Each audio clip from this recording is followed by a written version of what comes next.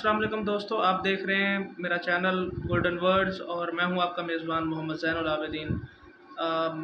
हमारे चैनल का मकसद एजुकेशनल और इंफॉर्मेशनल वीडियोस का है, तो उसी एजुकेशन, नॉलेज और इन्फॉर्मेशन को लेके आज मैं एक सीरीज़ शुरू कर रहा हूं मुकम्मल वीडियोस की मुग़लिया सल्तनत के ऊपर, क्योंकि हमारे लिए ये बहुत ज़्यादा ज़रूरी है कि हमें अपनी तारीख़ का पता होना चाहिए। मुसलमानों की एक शानदार, एक बहुत बड़ी सल्तनत जो कि बरसग़ीर पर रही है, वो मुग़लिया सल्तनत थी, जो तकरीबन कमोबेश 300 साल तक बरसग़ीर में कायम रही। तो आज ये उस सिलसिले की एक तारुफ़ी वीडियो सिर्फ़, जिसके बारे में हम मुग़लिया सल्तनत के बारे में थोड़ा सा तारुफ़ लेंगे। उसके बाद हम इंशाअल्लाह रोज़ाना की बुनियाद पर उनको जो पहला हुक्मरान था मुग़लिया सल्तनत का, ज़हीरुद्दीन मोहम्मद बाबर, उससे शुरू करेंगे और इंशाअल्लाह आखिरी बादशाह जो कि बहादुर शाह ज़फ़र थे, उन तक हम इस सीरीज़ को इख्तिताम पज़ीर करेंगे आगे। तो मुग़लिया सल्तनत की जो है जो बुनियाद पड़ी वो 1526 में पड़ी। 1526 में ज़हीरुद्दीन मोहम्मद बाबर ने पानीपत की पहली जंग में इब्राहिम लोधी को शिकस्त फ़ाश दी और बरसग़ीर पर मुत्तहिदा हिंदुस्तान पे उसने कब्ज़ा कर लिया। 1526 से मुग़लिया सल्तनत शुरू हुई और 1857 जंग आज़ादी पर बहादुर शाह ज़फ़र आखिरी बादशाह की सूरत में इख्तिताम पज़ीर हुई।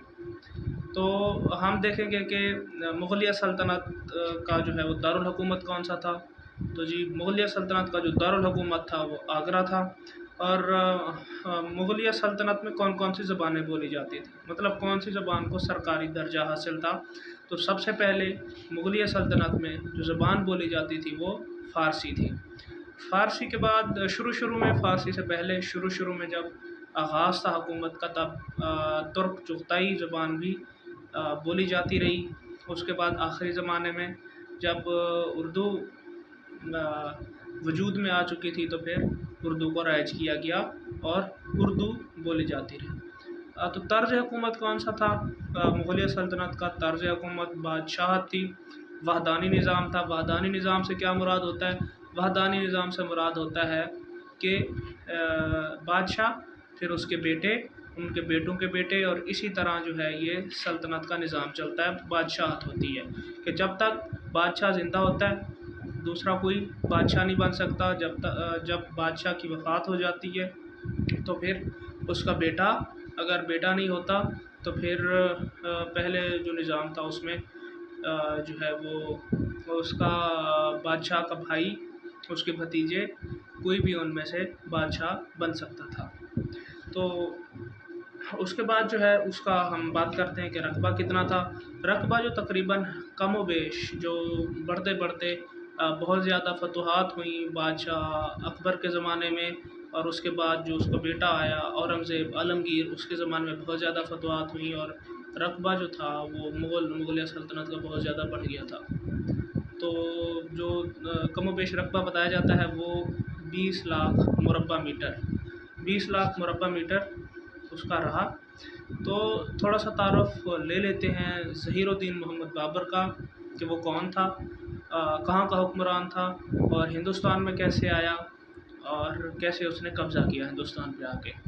तो ज़हीरुद्दीन मोहम्मद बाबर तैमूर ख़ानदान से ताल्लुक़ रखता था, और तैमूर ख़ानदान जो है वो काबुल का ख़ानदान था, और ज़हीरुद्दीन मोहम्मद बाबर भी बरसग़ीर आने से पहले काबुल का हुक्मरान था। वो बरसग़ीर आया। बरसग़ीर में मुत्तहिदा हिंदुस्तान में उस वक्त इब्राहिम लोधी की हुकूमत थी। इब्राहिम लोधी के बाद बहुत बड़ी फ़ौज मौजूद थी। बताया जाता है कि इब्राहिम लोधी की जो फ़ौज थी वो ज़हीरुद्दीन मोहम्मद बाबर की फ़ौज से 10 गुना बड़ी फ़ौज थी। लेकिन ज़हीरुद्दीन मोहम्मद बाबर जो था उसके पास तोपें और गोला बारूद मौजूद था, जबकि इब्राहिम लोधी के पास हाथी और इंसानी क़ुव्वत मौजूद थी।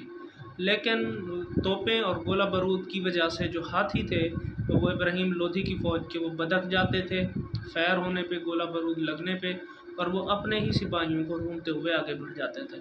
इस तरह जो ज़हीरुद्दीन मोहम्मद बाबर है वो इब्राहिम लोधी की फ़ौज को शिकस्त देने में कामयाब हुआ और उसने दिल्ली और फिर आगरा पे कब्ज़ा कर लिया और आगरा को दारुल हुकूमत बनाया गया।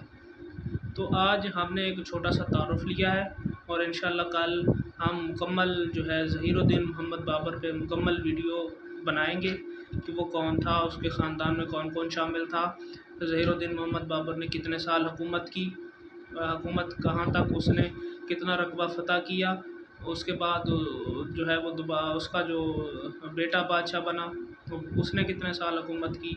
इसी तरह उसके बेटे और फिर आगे बढ़ते रहेंगे मुग़लिया सल्तनत को लेके, आखिर तक इसको हम कवर करेंगे।